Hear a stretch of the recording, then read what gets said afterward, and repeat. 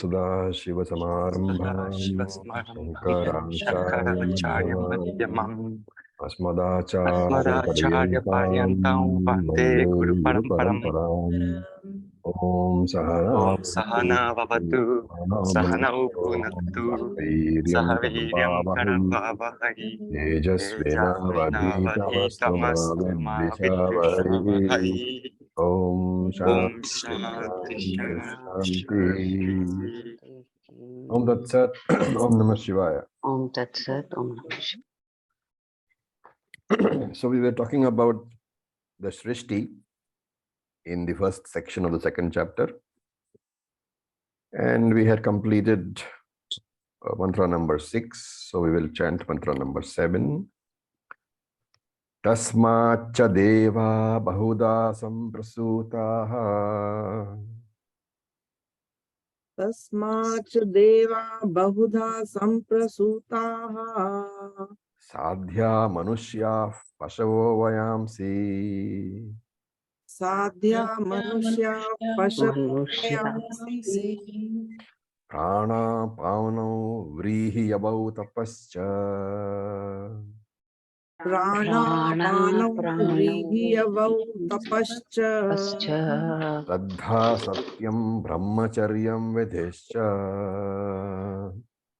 Raddha satyam brahmacharyam Brahmacharyam vidhischa. vidhischa. Okay, so I'll just mute y'all.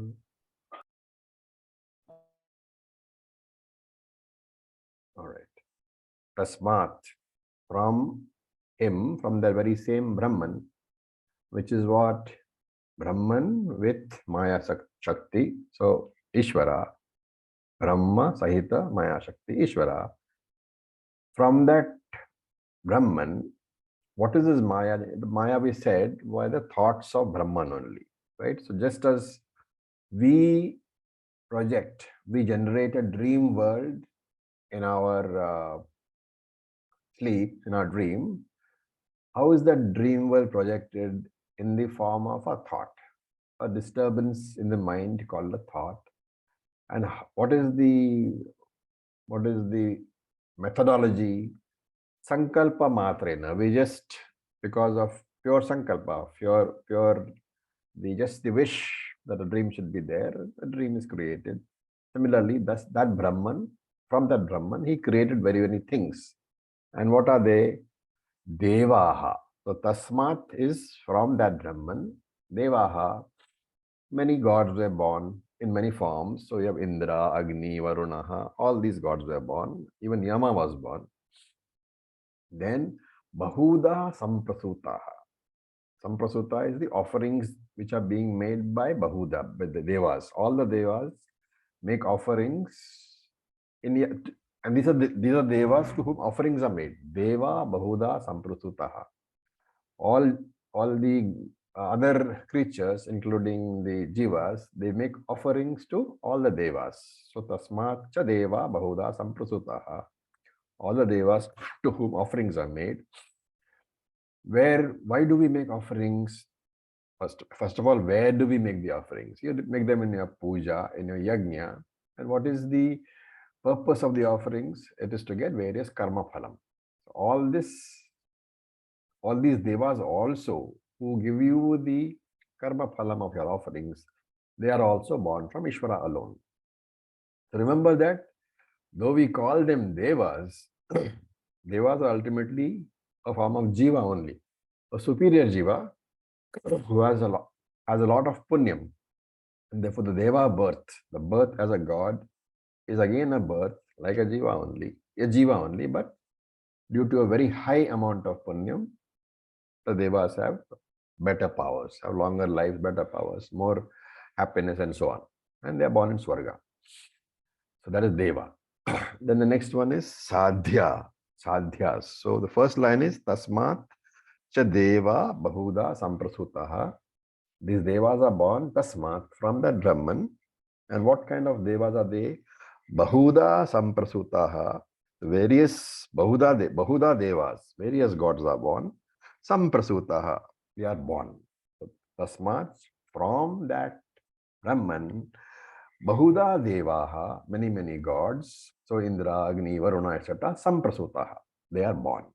So that is the meaning. And these devas are the devas to whom all the jivas make offerings for karma phalam. And this, what the point that is being driven home is, all these devas also, they are basically born from Ishvara only. And therefore, they are also jivas. Superior jivas, but jivas nonetheless. What is the next classification? Sadhyaha. So sadhya is called pitras also. They are celestials. They are also people who are superior jivas, but one rung lower than the devas. So sadhyas are superior jivas, but not as good as devas. And therefore they are one rung below the devas. So celestials again, born in heaven. And they say pitras. They are the form of forefathers. So that's one more classification. Then manushyaha. So human beings are born with a mixture of papam and punyam. So you can see the gradation. First, devas, lot of punyam. Then sadhyas, a little less punyam, but still predominance of punyam only. Then manushyas, mixture of punyam and papam. Then pashavaha. So pashavaha here is pashu. Pashu doesn't mean just cows. Pashu means animals in general. And in his commentary, Shankara wants to be a bit meticulous. So he classifies this pashava into tame animals and wild animals. So tame animals are those animals which are used by human beings for various, like cows and buffaloes and all that. And then there are wild animals found in the forest, not generally used by human beings. So pashus are two, tame and wild. Then vayamsi. So in some texts you will find this as vayagamsi, that half moon with a stroke underneath is that. But the same thing, Vayagamsi is the Vedic pronunciation. Vayamsi is the normal pronunciation. So we'll take the normal one, Vayamsi. Vayaha has two meanings. So one is the age that you have, our age, time going by, and one is births. So here, since we are talking about the Srishti, the first meaning of age is not applicable. Vayu, your Vayas as they call it, is not applicable. It has to be the birds only. So Vayamsi here is birds, pakshis. And now you can look at the overall and see that there are three types of births. The best births, Uttama Pranihi, who are what? Devas and Sadhyas. Madhyama Pranihi is the Manushyas, the human beings. And Pashu and Vayamsi, Adhama Pranihi, the lower beings. So three types are there. Then, what is next? Prana Pano. Prana Apana. The breathing process. The exhalation. Prana here means exhalation. Apana means inhalation. So that we need to be careful about. The normal yogic meaning is prana is taken as inhalation and apana as exhalation. But the derivation is urdhvam gacchati pranaha. That which comes up. Urdhvam is prana. What comes up? The exhalation. Adho gacchati apanaha. Adho is down. What goes down is apanaha. What goes down? When you inhale, the air goes down. Therefore, the meaning is exactly opposite to what is understood in yoga. So, prana here means exhalation. Apana means inhalation. And here also, by saying this, the Shastra is saying that there is a symbiotic relationship. When I exhale, what happens? The carbon dioxide is exhaled. The carbon dioxide becomes the nutrient, the inhalation for the plant. When the plant exhales, it exhales what? Oxygen. And that oxygen becomes the inhalation for us. So there's a symbiotic relationship. Nothing is independent of anything in this universe. Then we talks about Vrihi Yavau. So Vrihi in Sanskrit means rice. Yavau is Johar, that is, what is it? Barley. So Vrihi is rice and Yavau is barley. So rice and barley in general, food grains. Okay, that is, even food grains are born out of this Ishvara only. And Shankara in his commentary adds that food grains are not just for eating. The main purpose of any food is what? To be used as an oblation. Ammarpanam Brahma Havihi. You have to use it in your puja. Okay, then what about your food? Remember, your food is also an offering, an oblation to the Agni in your stomach. So that's why Brahma Pranam Brahma Agni. You remember the Gita verse. Then the next one is Tapaha, Tapascha. So there Tapaha. So we have got 5 sense organs, and Bhagavan has provided food for all these sense organs. How? In the form of color, form, sound, smell, etc. And because of all the varieties that are available to us, there is a possibility for, that we will go overboard, that we will indulge, self-indulge. And therefore, tapaha is born by Ishwar. Tapaha has also been given capacity to be austere, tapaha. That capacity for self-restraint, that has also been born out of Bhagavan. It has also been created by Bhagavan. And Shankara, in his commentary, he classifies tapas into 2 types. He says there's one tapas which is practiced as part of some Vedic ritual. So that he calls karmanga tapas. Karmanga means karma anga tapaha. That tapaha which is karma anga, part of some karma. Karma here means Vedic ritual. Right? For example, you have some people, when they fast, upvas, they don't use pillows, or they don't use chappals for a few days. Or for example, when you go to Sabrimala, you stop shaving for 40 days. All these are karmanga tapaha. They are part of some ritual. And why he says this is because any karmanga tapaha, any tapas which is part of any other ritual, cannot produce any karma phalam by itself, because it is part of the other ritual, and the other ritual is what produces the karma phalam. Then what is the purpose of karmanga tapas? For discipline, for mental purification. So if you are going to Sabrimala and you don't use chappals and you haven't shaved for 40 days, 41 days, all those are mental tapas. There's an imposition that you accept voluntarily, so say that yes, I have the self-control. That purifies the sadhaka. And then, so the first type of tapas that Shankara says is karmanga tapas which is part of some other karma.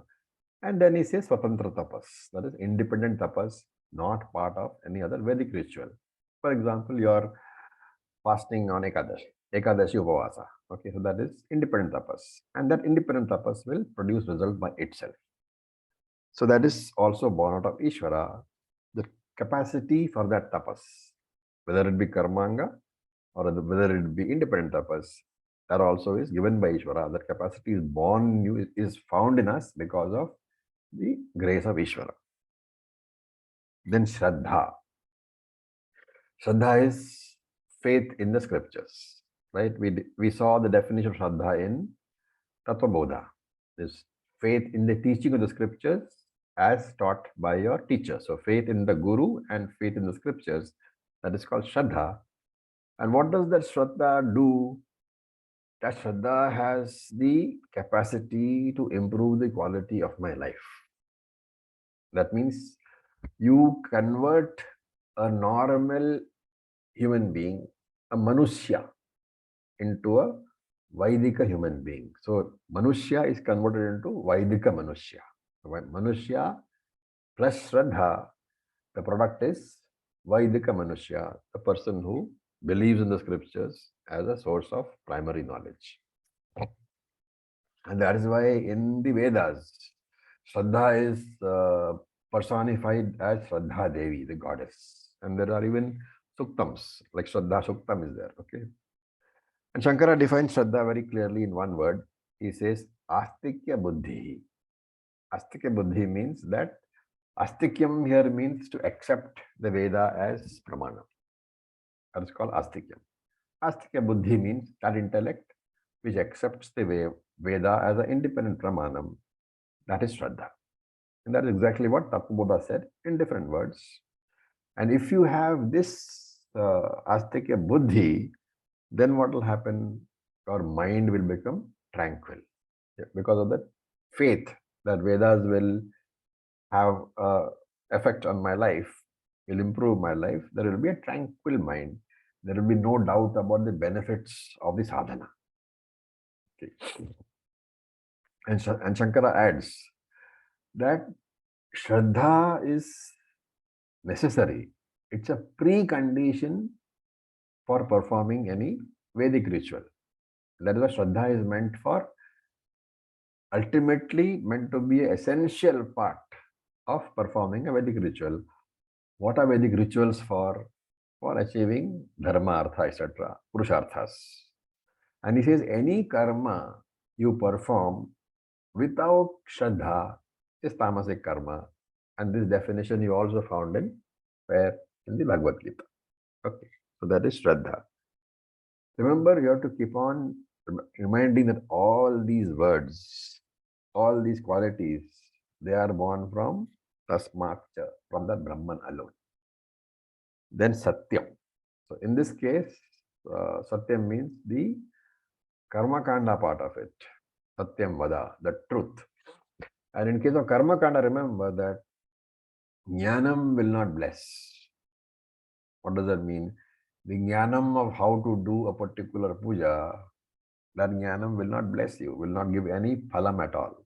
What will give phalam is you have to get the Jnanam and then you have to do the puja. So implementation is necessary. So in Karma Kanda, you have to have Jnanam plus the karma which follows the Jnanam.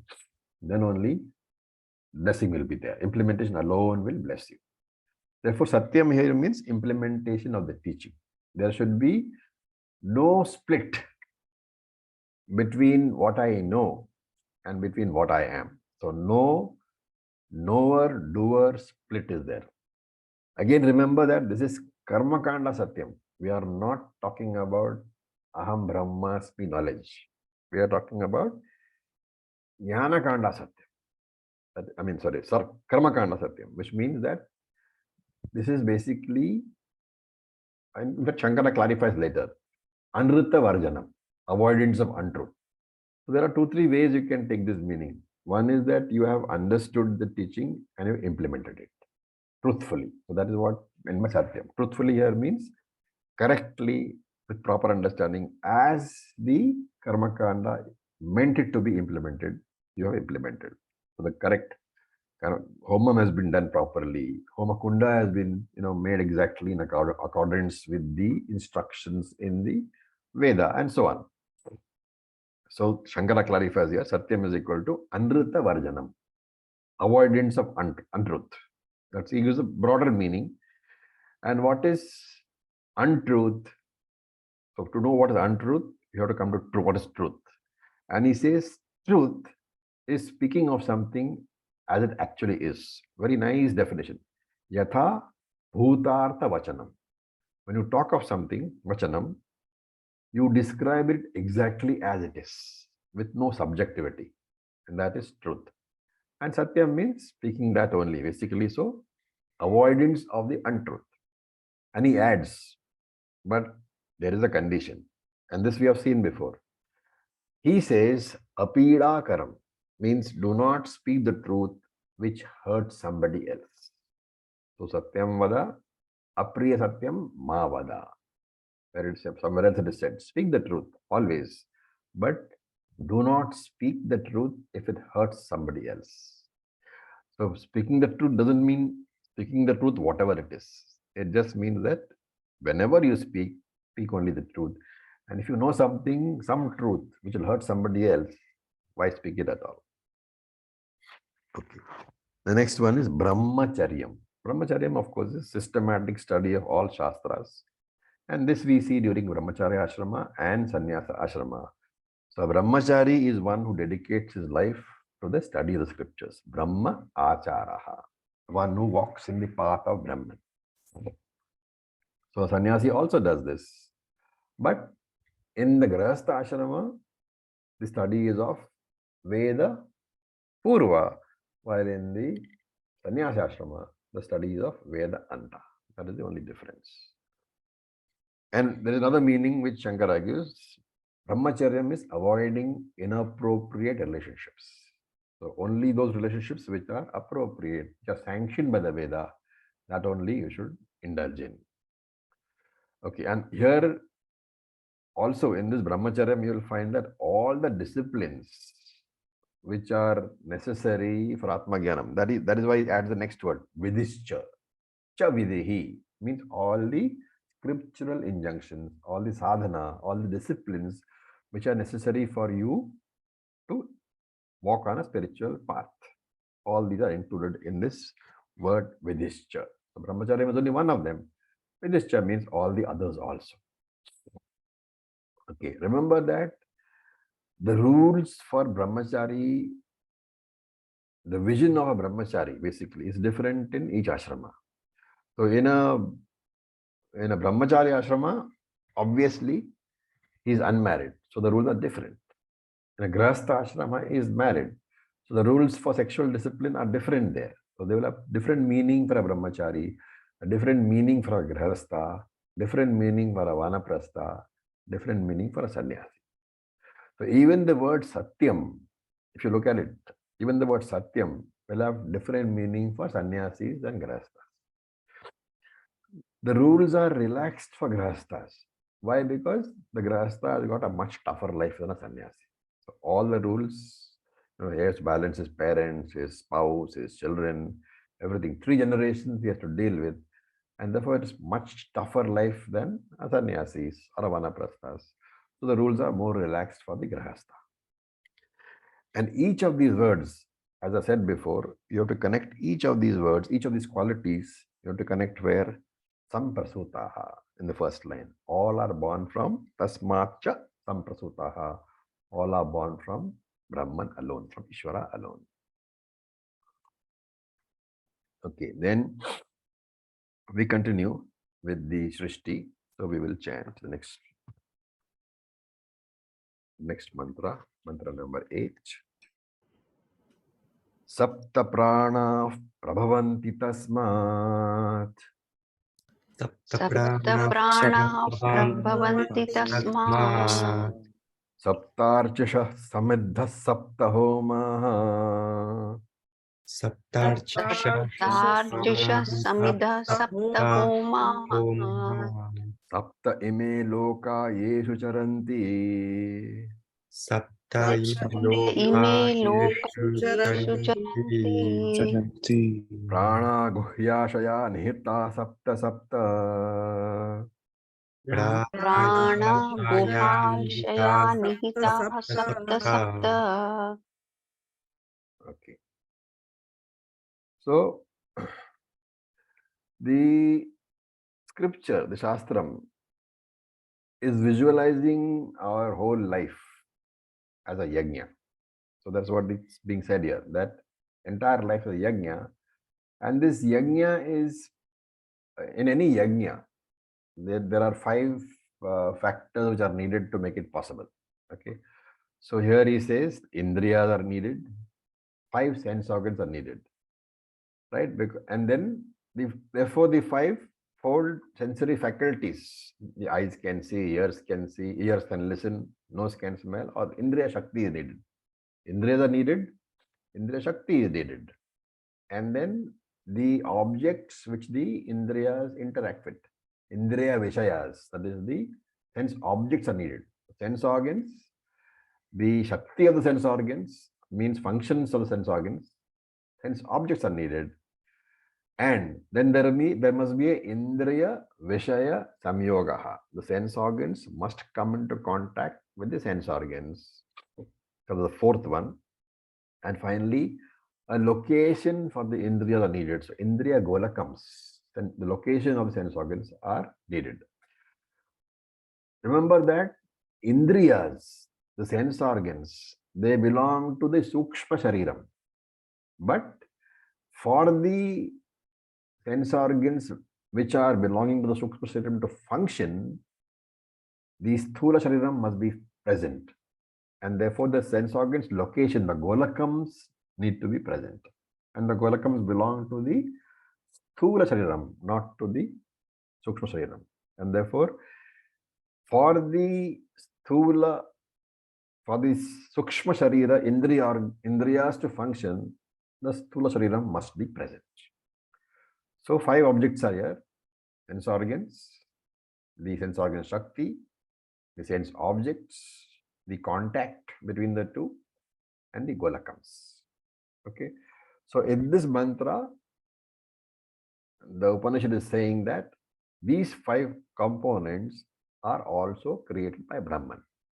Now remember this 5, when I say 5, I am coming from the point of view of Tattvabodha. But here, Upanishad uses the word 7, right? It's giving different. So he says Tasmat, from that Brahman, Sapta Pranaha Prabhavanti. Prabhavanti means are born, emerge. Sapta Pranaha means the 7 pranas. Now in the Shastram, the prana has 2 meanings. One is the Pancha Prana, the Mukhya Pranas as we call it, Prana, Apana, all those things. And the other one is the Indriyas.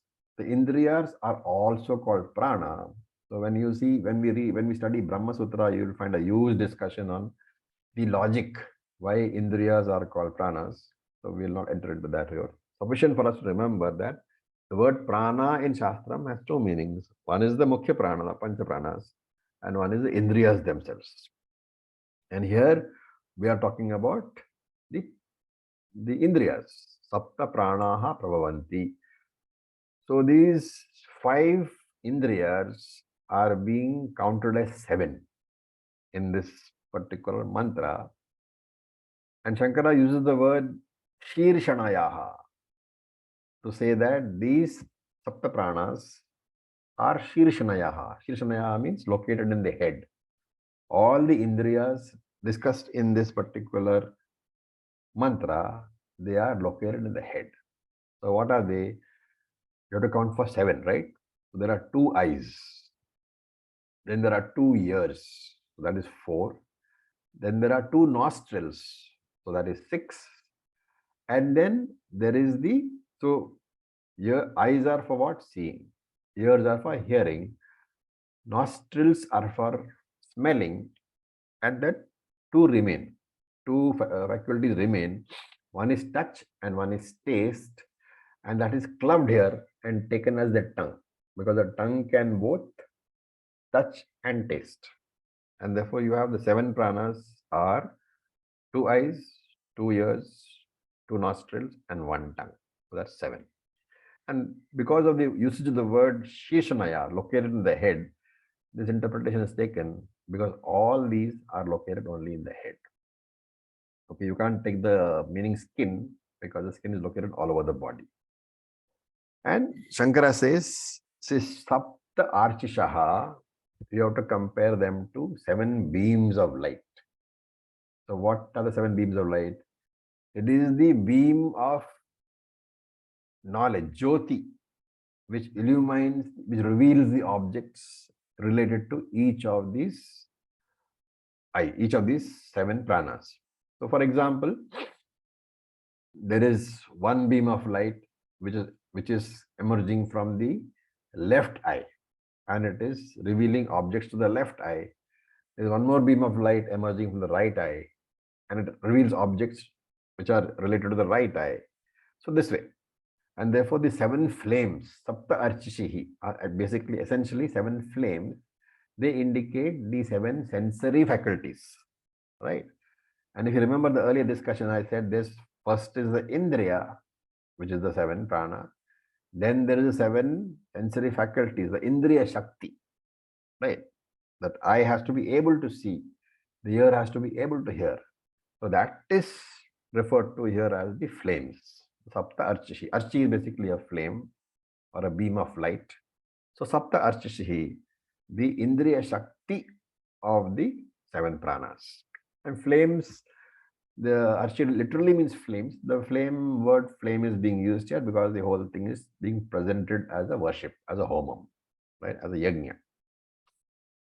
Then Sapta Samiddaha. The Sapta has to be added to the Samiddaha. It says Sapta Archishihi Samidhi. So you have to add the word Sapta over there. Sapta Samiddaha. Samiddaha is the fuel. What is the fuel for each of these pranas? The relative object. So Sapta Vishaya, right? So 5 sense objects have been presented as 7 sense objects in the same, using the same logic as the classification for 7 sense organs. Some organs will have, will have all organs, all individual organs will have objects related to them.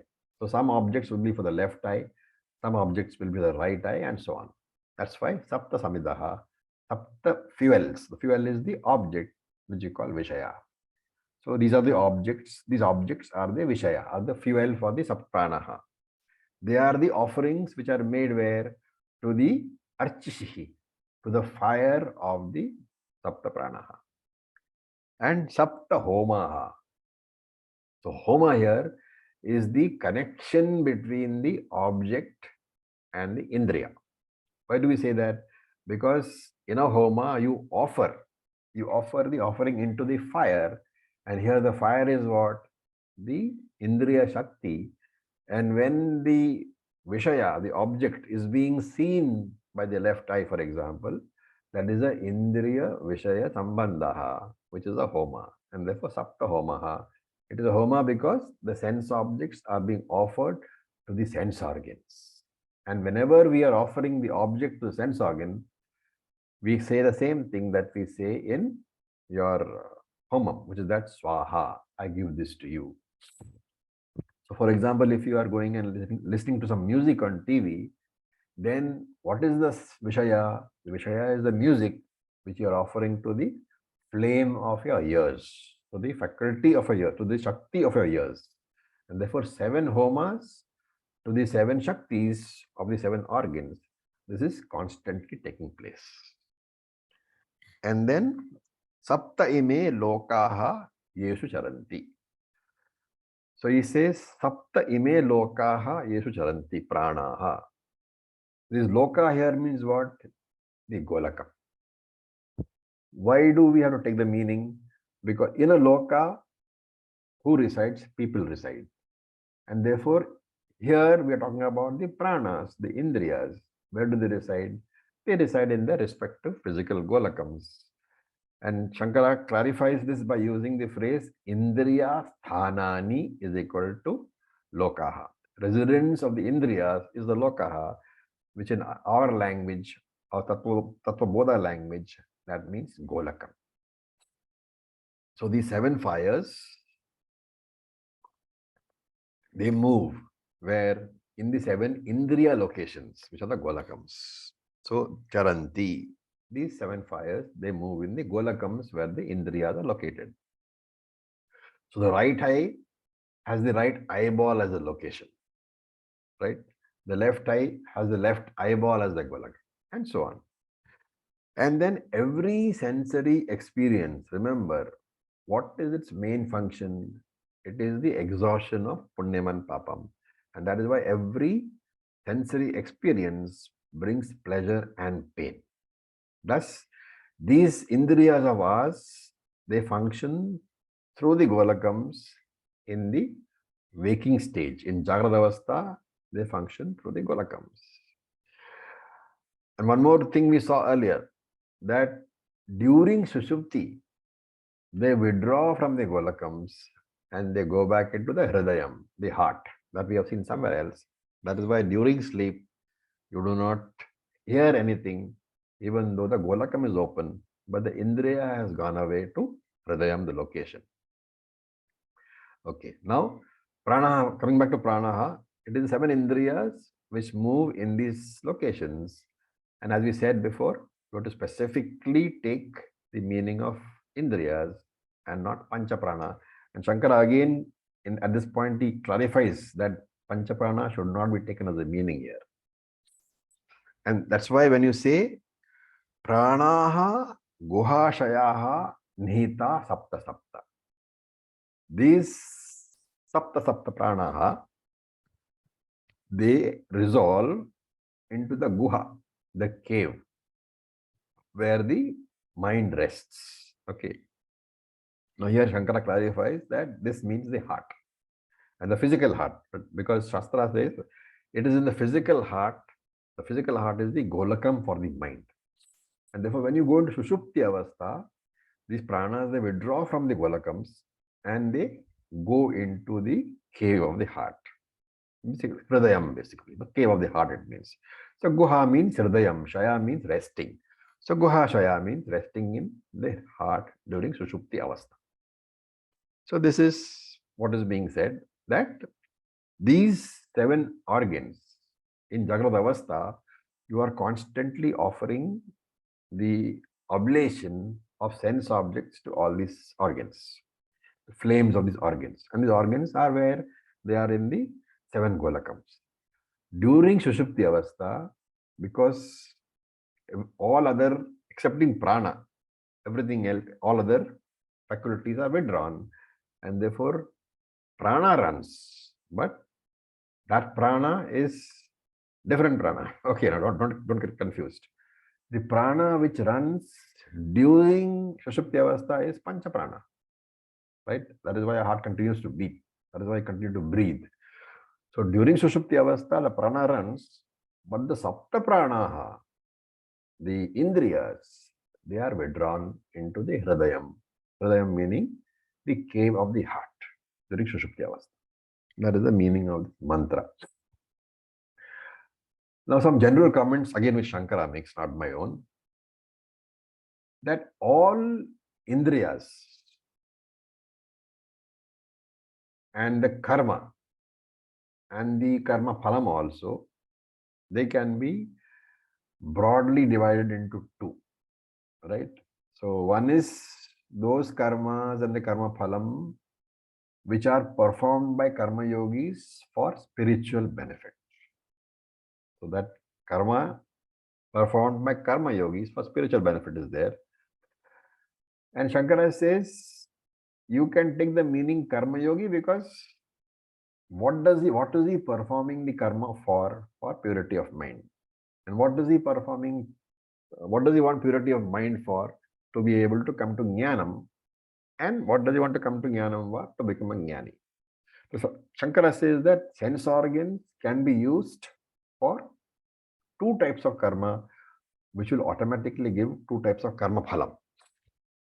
And here, when I say sense organs, it is not just jnana indriyas, also karma indriyas. Okay, so sense organs can be used, karma indriyas can be used for 2 types of karma. One is performed by karma yogi for spiritual benefit, ultimately to become a jnani.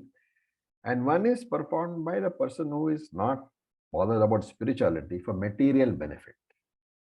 And Shankara says the karma yogi is a wise person because he is working for chitta shuddhi, and therefore all his actions as well as the results are aimed at that point, that they're coming, I have to come to jnana. Everything is aimed at that focus. He says even this attitude, it is born from Easwara alone. Right? So he says even the very framework of mind that you have, that I want to be a karma yogi and I want to do karma yoga and upasana yoga, I want to get spiritual benefit, I want to come to jnanam, I want moksha. Even that very attitude is born from Ishvara alone. And he adds, even the karmis, they are not aware of Atmajnanam and they use their indriyas, the karma indriyas and jnana indriyas only to do kama karmani. And even for them, he says, they are also born from that Ishvara only. So this is the gist of the topic. We have to remember that what is the purpose of this? I said earlier, the whole purpose of Srishti is only Srishti Prakaranam. The discussion about Srishti is only one. It is not to do a detailed analysis of what Srishti is. You have to remember that the basic rule, that Karana Gunaha Karye Anuvartante. All the attributes of the Karanam, only those attributes are present in the Karyam. And therefore, the entire essence of Srishti discussion, not only in this Upanishad, in any other Shastram, the entire essence is only one. Remember that there is no difference between the Karanam and the Karyam. Remember that not to think of yourself as a Karya Jivatma, but saying that I may be a Karya Jivatma having been born out of a Karana Ishvara. But Karana Gunaha Karya Anuvartante, there is no difference between me and Ishvara. I am Brahman all the time. So this has to be in the back of our mind all the time. And the purpose of all these mantras essentially are, whenever you study the mantras, whenever you do nididhyasanam on them, the basic purpose must not be forgotten. That yes, I am here basically to understand that I am not different from that Ishvara from whom this body is born. I'll stop for a few seconds in case you have any questions, otherwise you can carry on and do one more mantra.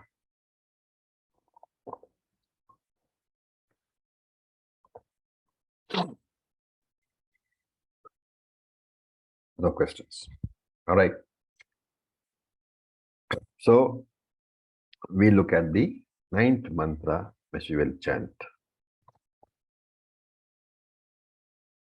Ata samudra giriyascha sarve Ata samudra giriyascha sarve asmat yandante sindavat swarupa sarvarupaha asmat yandante sindavah sarvarupaha atascha sarva oshadhayo rasascha atascha sarva oshadhayorasascha yenaisha bhutaistishthate yantaratma yenaisha bhutaistathe yantaratma.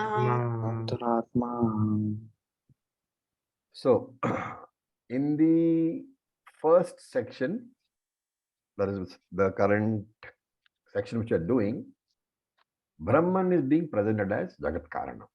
And therefore, all these slokas, they are giving the details of the creation. So that continues here. So he says Ataha. Ataha meaning from this what? From this Brahman only. Samudraha. All types of oceans are born. Okay. Now, if you look at the Puranas, why Samudraha? That is plural. What are different types of oceans? So you have to look at the Puranas. There are plenty of types of oceans mentioned over there. So for example, you have Lavana. Lavana is the saltwater ocean. You have Ikshu, a sugarcane juice ocean. You have Sura, liquor ocean. Imagine a whole ocean full of liquor. Therapis, you have Ghee Samudra, Samudra of ghee, and so on. Shira Samudra you got, milk ocean, and Jala Samudra you got, pure water ocean. So there are so many oceans mentioned in various Puranas. All these are born from Ishvara only is the idea.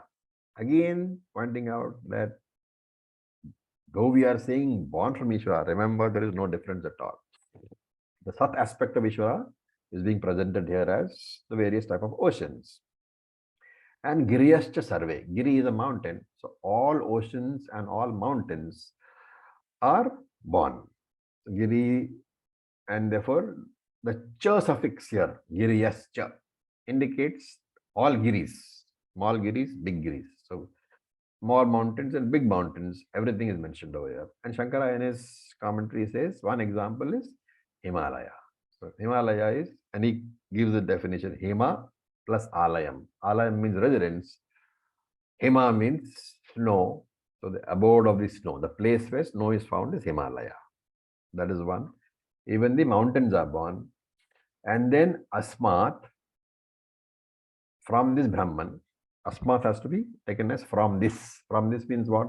From this Brahman. You have to supply Brahman over here. Ishvara. Syandante sarvarupaha sendavaha. All forms of rivers flow from Brahman. Right? So big rivers, small rivers, Ganga, Yamuna, any flowing body of water emerges from this particular source, Ishvara alone. Then Ataha, from this Brahman, Sarvaha Oshadayo Rasascha, out of this Brahman alone, all the plants emerge. And Shankara gives the example of Vrihi, rice, as an example. You can supply any other plant. And all these plants have got what? Rasaha. Rasascha, rasaha cha. Rasaha means the juice, the nutrients required for the maintenance of bodies, of not only our bodies, animal bodies also, or any body which, any animal which eats plants, for example. So all those plants have rasaha, nutrients required for maintenance of the bodies. And what are the kinds of rasaha? So Sankara says madhuradi, shad vidaha. Shad vidaha means 6 types of tastes, rasaha, like madhuradi, the sweet, etc. And we should know what they are, right? So one is sweet, that is madhur. One is lavanam, that is salty. One is amla, that is sour. One is pikta, bitter. One is katuhu, pungent. One is kshayaha, astringent. We saw all these. We saw all these in the verse dealing with ahara in the 17th chapter of Bhagavad Gita. So all these tastes are there. And this nourishment alone becomes the food for all living beings. So he says, Zena, because of this rasaha alone. Now look at the line which says, the last line, Yena antaratma bhutaihi tishtate. So antaratma here has to be taken as the inner body. Atma here is body. Antaratma is inner body. And therefore antaratma here means sukshma shariram. So he says, Yena sukshma shariram. Because of this rasa alone, antaratma, the sukshma shariram, bhutaihi tishtati. So bhutai is the jiva, body. So the sukshma shariram remains in the sthula shariram only because of this rasaha. It is the nutrient which prevents the body from dying, right? So bhuta is panchabhutani, means sthula shariram. Bhutaihi panchabhi sthulaihi, as Shankara says. Bhutai means the 5 panchabhutas, which is the post panchikaranam panchabhutas. Because panchabhutas can also be sukshma panchabhutas. So here he is saying, what, since you're already talking about antaratma, you cannot say bhutai is sukshma panchabhutas. You have to take them as thula panchabhutas, post panchikaranam. Therefore it is yena antaratma bhutai tishtate. Because of this rasaha alone, because of the nutrition alone, the sukshma shariram, it remains within the sthula shariram. And why is sukshma shariram called atma here? Because any sukshma shariram is what? It is a reflecting medium, and it reflects the original consciousness by way of the reflected consciousness. So that is why sukshma shariram is also called atma here. All these are born from Purushaha, Brahman alone. So you will find that we have discussed Paramatma, we have discussed Jivatma, we have discussed Jagat. Jiva, Jagat, Ishvara. Paramatma is Ishvara. These 3 things are what we come up against the moment we open our eyes. So what is the aim of this mantra? You have to negate 2 of them and retain only 1 of them. So Shankara quotes, he says, every product, so vikaraha, he quotes from Chandogya, vacharambanam vikaro namadheyam, anratam. Every product, vikaram is a product. He says every product is a vacharambanam, is a name, namadheyam, which exists only on your tongue. According to Chandogya Upanishad, the entire world, it is something which you can only talk about. It's like the word necklace. Necklace doesn't exist. That necklace exists only as a word on your tongue. What actually exists? Only the gold exists. The gold is the substance, the vastu.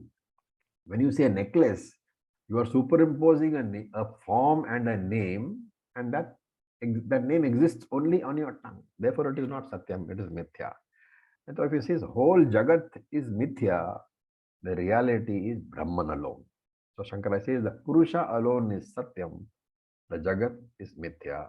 And that is what should be understood from the mantra. That in spite of all the discussions of Srishti, you have talked about jagat, talked about jiva, You talked about Ishvara. But remember that there is only one substance. All these three are adhyasas. They are superimpositions. They're only names. The substance is only one. That is Purushaha. That is Atma. So with this, we'll stop for today. In case any questions are there, I'm open.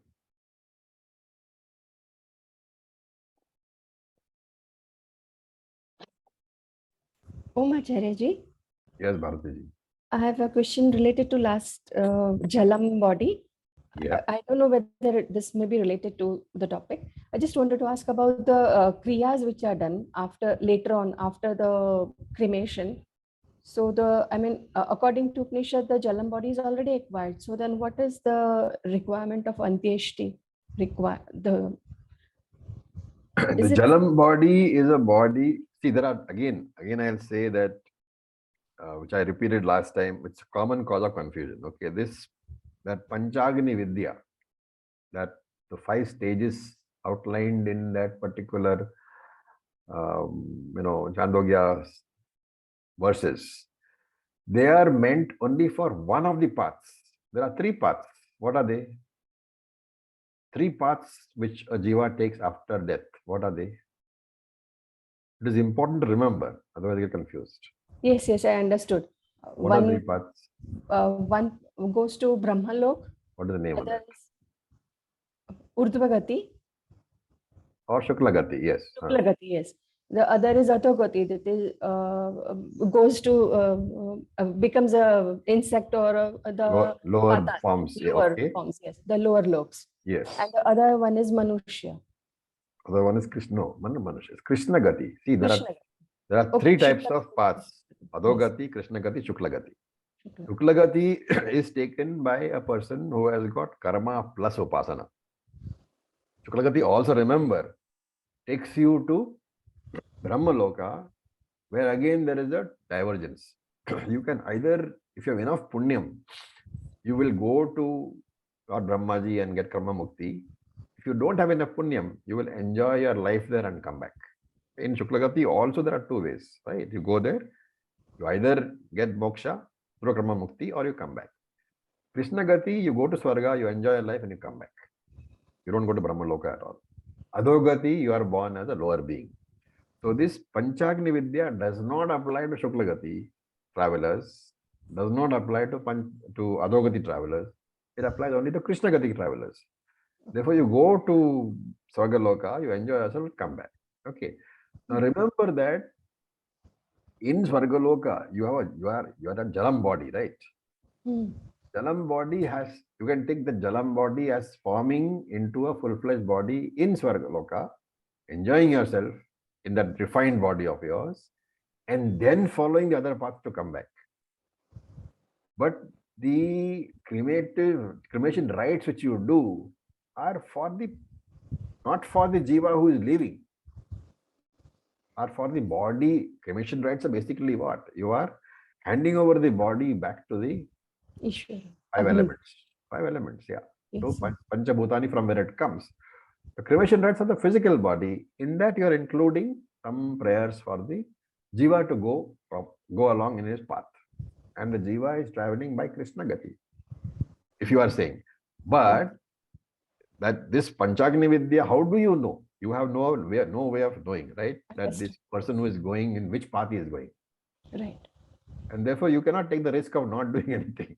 Yeah, I got it. Therefore, you do all the kriyas, because it's not open to you to understand whether it's going by Krishna Gati or other Gati, or you don't know. He doesn't come and tell us, look, I'm going to by Shukla Gati, so let's not have any rights for me.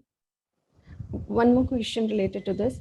Yeah. You said that if a person has enough punya, then only the person can go to the jiva can go to the Swarga and get a Jalam body. So does it mean just traveling to Swarga and then not having enough to enjoy, or just having enough to go to Swarga and then get the Jalam body? No, when you get the Jalam body, you go to Swarga and you enjoy life. Otherwise, there's no point in going to Swarga, right? Okay. That's what. Okay. Thank you. So when you come to, actually these are all subsidiary topics. They're not really Yes, meant I for understood. Shastram. But Yeah. you will find that when you come to Brahma Sutra, you will find an exhaustive discussion by Acharya and all this. So we'll save it for that. Yeah, Assuming sure. all of you are last till Brahma Sutra, of course, Yes, yes. a long time. Om Acharya, thank you. Om Acharya ji. Om ji. Question not related to thing, but specifically when we are talking about rivers in discussion, we often speak only of Ganga, Yamuna, Saraswati, all the Indian rivers in the Indian subcontinent, more or less. Yeah. Are the rivers like other places like Nile and Amazon and anything included in whatever the Shastras are talking about? Obviously. Or is this an uplakshanam, this Ganga, Yamuna, implying that It's an everywhere? Upalakshanam because in the old days you would not have, if I had said Nile or Amazon, you would not have known, right? Okay. So you have your Shastra is created in the environment in which you are born. And therefore, as a broader understanding, you have to apply it everywhere. Thank you. Same for the Himalayas as well? Same The for the mountains Himalayas. and it. Yeah, Himalayas also, of course. Thank you. You can substitute Alps if you want. If it makes you happy, the same thing. Just Yeah, Thought. I mean, it's basically all Upalakshanams only. You can't really say that part of creation is only created by Lord for us and Alps was created by somebody else. Even if you say Jesus created the Alps, so that it makes Brahman equivalent to Jesus over there. So correct understanding is there's only one Ishvara, you call by different names. Thank you. Om sir, my Yes, Pooja. question is from mantra 7. So it mentions about Shraddha in the Karma Kanda part. Yeah. So as a Vedanta now, my Shraddha is towards the knowledge part, right? So if I don't have knowledge or we don't have knowledge about the Karma Kanda or the knowledge about Karma Kanda. So when any yajna or Karma Kanda is done, so how do I get that Shraddha there? Because, Karma Kanda does not have that much of Shraddha for us. I mean, for me. See, the question is if you don't have Shraddha and Karma Kanda, then why are you doing the yajna anyway? Right? It's a loaded question because every Hindu goes through a marriage ritual, right? I mean, whoever gets married. Even if you're not understanding the words, unless you are Shraddha, you won't be sitting over there. There are ways of getting married. You can simply go and get it done in a registrar's office, right? You don't have to go to a temple and get married or have a marriage ceremony. Why do you want to do the homam? Because at some level in your mind, you have the Shraddha. You don't know, what it says, but you've heard rumors floating around. You've seen movies, you heard elders talking. So in the Indian context, the word patni is associated with the homam. If you are not married through that fire, you are not a patni. You are simply a life partner or a wife, if you want to call it. And you want that, title of patni. You want to be said that yes, we are bonded in holy matrimony, as they say in Christianity. They say holy matrimony because they are also, the scripture is involved, right? So everywhere where there's a life partnership, you're accepting the primacy of the scripture. The Christians accept what? They accept Christianity. The Muslims accept Allah. We accept Veda. Ultimately, if you extract it backwards, you are saying that even this relationship is sanctioned by Bhagavan. Okay, we are much more complex. Now, in Christianity, somebody will simply say, okay, I pronounce you man and wife. Here, we don't do that. You go around the fire 7 times. That priest chants mantra which you don't understand. But anyway, a good priest will explain to you what the mantras are. So ultimately, all you are got Shraddha or not, you have Shraddha. Otherwise, you wouldn't be doing that. It's a different matter that you don't understand.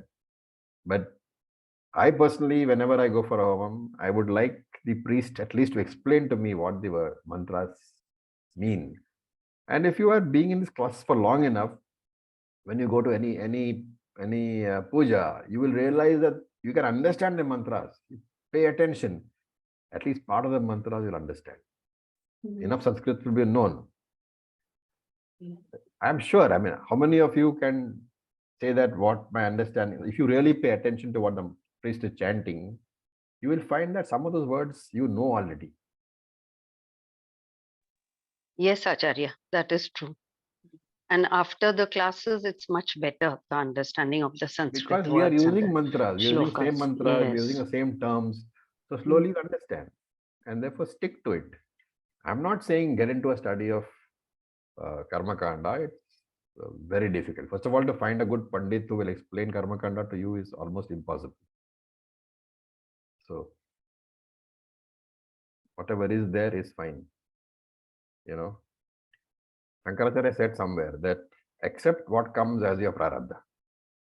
And that's the best attitude in life. We'll have to have Shraddha and Pandit also.